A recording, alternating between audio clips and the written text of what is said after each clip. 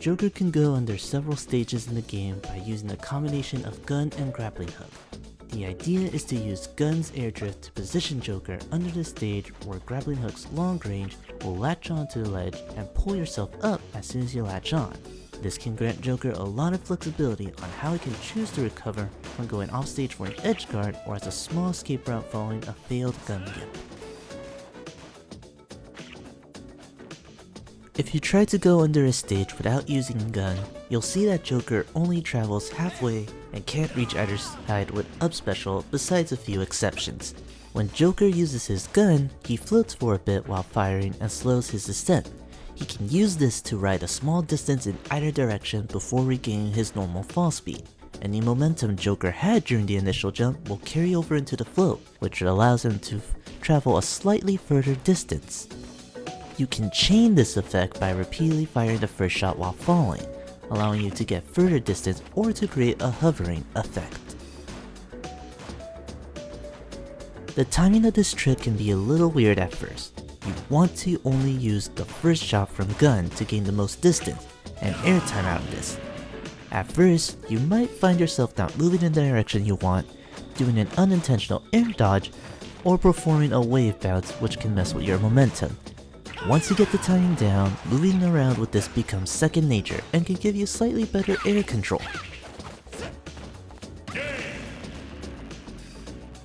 When trying to go under the stage, you only need to worry about going to a position where the grappling hook won't hit the underside of the stage and reach the ledge. It's worth emphasizing that Joker does not gain height while doing this. He's only slowing his descent, which grants him the float effect. The number of shots you need to travel under the stage varies on a few variables: how far you started away from the ledge and the current stage you're on. Depending on your distance, you might only need one shot to help enter the sweet spot for a grappling hook, or as many as 5 shots to make the trip. You may be wondering why I haven't mentioned using Joker's dodge to help make the trip.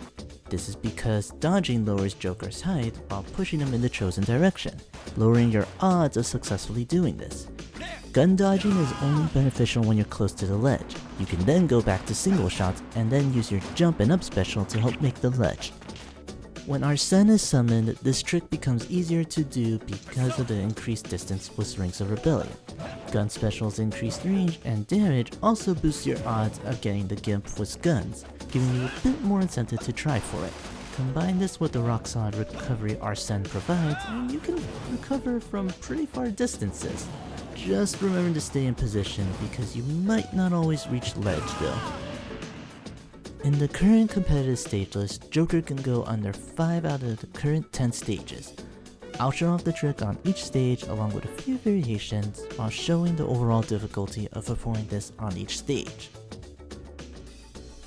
But first, how about we show off each variation before diving into the stages.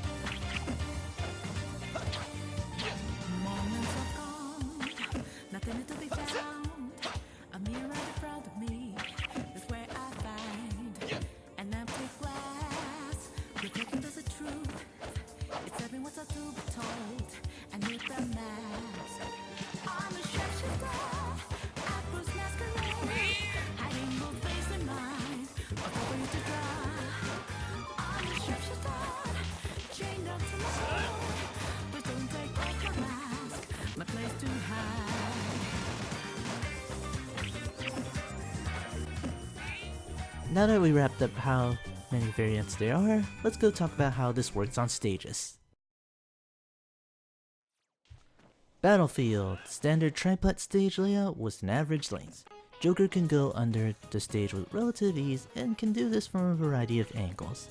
A good visual cue you can remember is to check if Joker is under the platform near the edge you're trying to tether to. As long as you're within a specific distance within that platform and not too low, Joker should be able to make the trip no problem.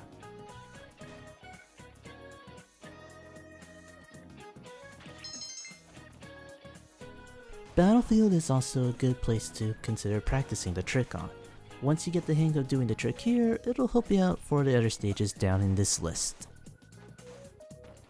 Final Destination.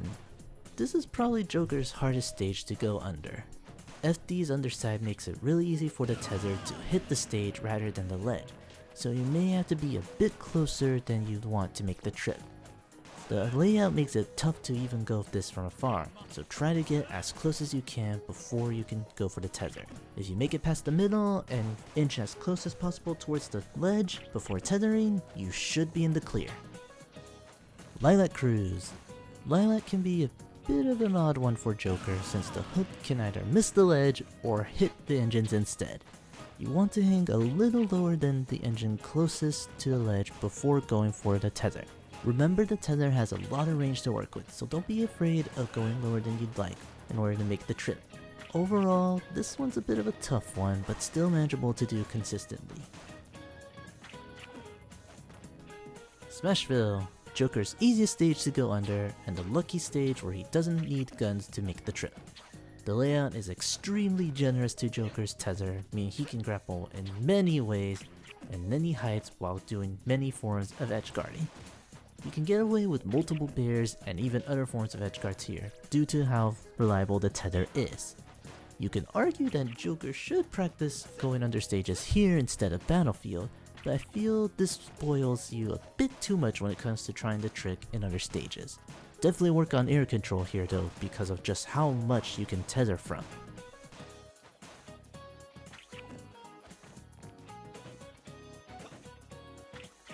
Town and City. The lanes might suggest otherwise, but this is a very easy stage for Joker to go under. The layout is very kind to the tether and he can reach from all sorts of angles similar to Smashville. As a safety net, you may want to fire a bit more bullets than usual to ensure you can reach the ledge. Overall, Town is a stage with a generous tether range to play with and can allow for some nice surprises. Joker can also use this trick to go under certain areas such as these stages.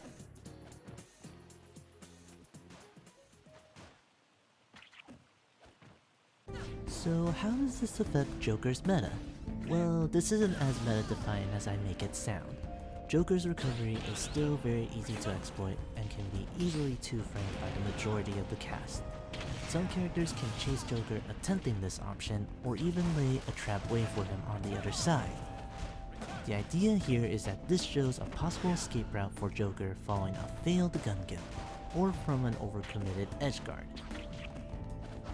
On stages where Joker can't go under the stage, he can instead use this to stall his movement and go to a spot where he can safely recover.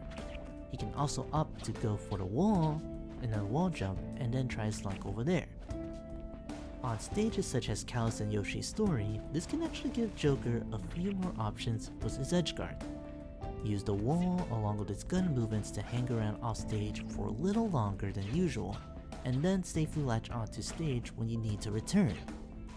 On stages such as Pokemon Stadium, this can allow Joker to tether in spots where few characters can reach safely and avoid several hazards as a result. You can also use this as a last resort to buy some time for Arsene, which can be an option if you're either leading in stocks, or especially in doubles when your partner can cover for you. Be careful because you might find yourself in a worse spot afterwards, and you might not recover, or in the case of doubles, leave your partner at a big risk. Joker's movement can be very deceptive, which is a big element of playing the character. You want to be able to threaten someone in a variety of ways both on and off stage, while not leaving you too much at risk.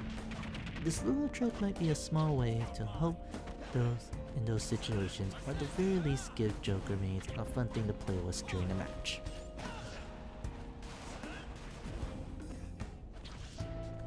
Well, that wraps it up for this video. Thank you all very much for watching, and I hope this video clears up a few things about Joker, whether you're looking to learn how to play this character or if you wanted something to watch out for. Thanks for watching, and see you guys next time.